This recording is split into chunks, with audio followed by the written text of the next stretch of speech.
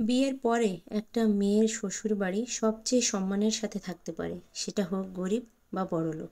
স্বামী গরিব হলেও তার বাড়িতে একবেলা না খেয়ে থাকলেও সেখানে একটা মেয়ে সম্মানের সাথে থাকতে পারে। বিয়ের পরে একটা মেয়ে তার বাপের বাড়ির মেহমান হয়ে যায়।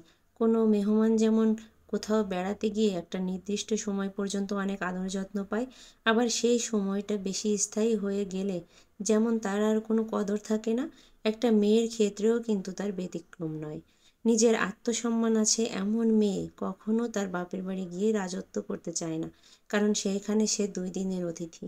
তার বাপের বাড়ির সংসারটা তার মায়ের, একটা সময় পর তার ভাবির হয়ে যায়। সেখানে গিয়ে নিজেকে রানী সাজানোর কোনো মানেই হয় না।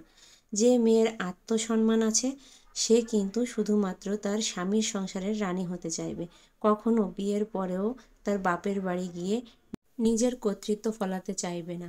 এমনও অনেক মেয়ে আমি দেখেছি যারা বিয়ের পরে শ্বশুরবাড়িতে থাকতেই চায় না, যাদের মন পড়ে থাকে বাপের বাড়ি এবং সে বাপের বাড়িতেই থাকতে চায়। এতে কিন্তু সে শুধুমাত্র শ্বশুরবাড়ির সাথেই সম্পর্ক খারাপ করে না, এতে সে বাপের বাড়িতে যে তার ভাবি থাকে বা তার যে অন্য একটা সংসার থাকে তার বাপের বাড়িতে, সেই সংসারের যে কর্তা বা কর্ত্রী বলেন, তাদের সাথেও কিন্তু সে সম্পর্ক খারাপ করে ফেলে। কারণ যখন আপনি বিয়ের পরে আপনি শ্বশুরবাড়িতে থাকতে চাইবেন না, আপনি শুধু বাপের বাড়ি যেতে চাইবেন, বাপের বাড়ি থাকতে চাইবেন, তখন কিন্তু আপনার বাপের বাড়ির লোকজন ভালোবাসার বা অতি আদরে আপনাকে কিছু বলতে না পারলেও তারা কিন্তু মনে মনে ভীষণই বিরক্ত হবে। যদিও বা আপনার মা বাপ, আপনি তাদের সন্তান, আপনাকে মুখ ফুটে কিছু বলতে পারবে না, কিন্তু তারা কিন্তু মনে মনে বিরক্তই হয়। কারণ বিয়ের পরে একটা মেয়ে বাপের বাড়ি দিনের পর দিন পড়ে থাকা, এটা কিন্তু কখনোই সমাজও ভালো চোখে দেখে না। আর এটা কেমন?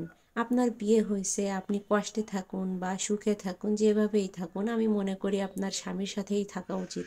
সেই স্বামী নামক বটবৃক্ষটা যে আপনার মাথার উপর একেবারে বাপ ভাইয়ের পরে আপনার মাথার উপর সবচেয়ে বড় ছায়া, সবচেয়ে বড় ছায়া হচ্ছে আপনার স্বামী। কেন আপনি বাপের বাড়িতে গিয়ে থাকতে চাইবেন?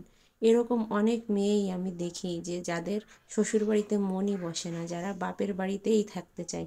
এতে কিন্তু তারা তাদের ভাবির সাথেও সম্পর্ক খারাপ করে। এতে ননদ ভাবির ভিতরেও সম্পর্ক দিনের পর দিন এইভাবে চলতে থাকলে সম্পর্ক একটা সময় দেখা যায় ননদ ভাবির সম্পর্কটায় অনেক বেশি তিক্ততা চলে আসে।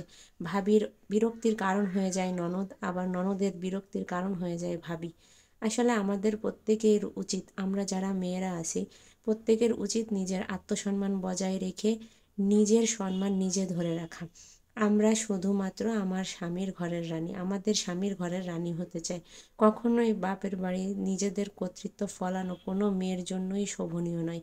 এটা কারো জন্যই উচিত নয়, এটা আমাদের বোঝা উচিত।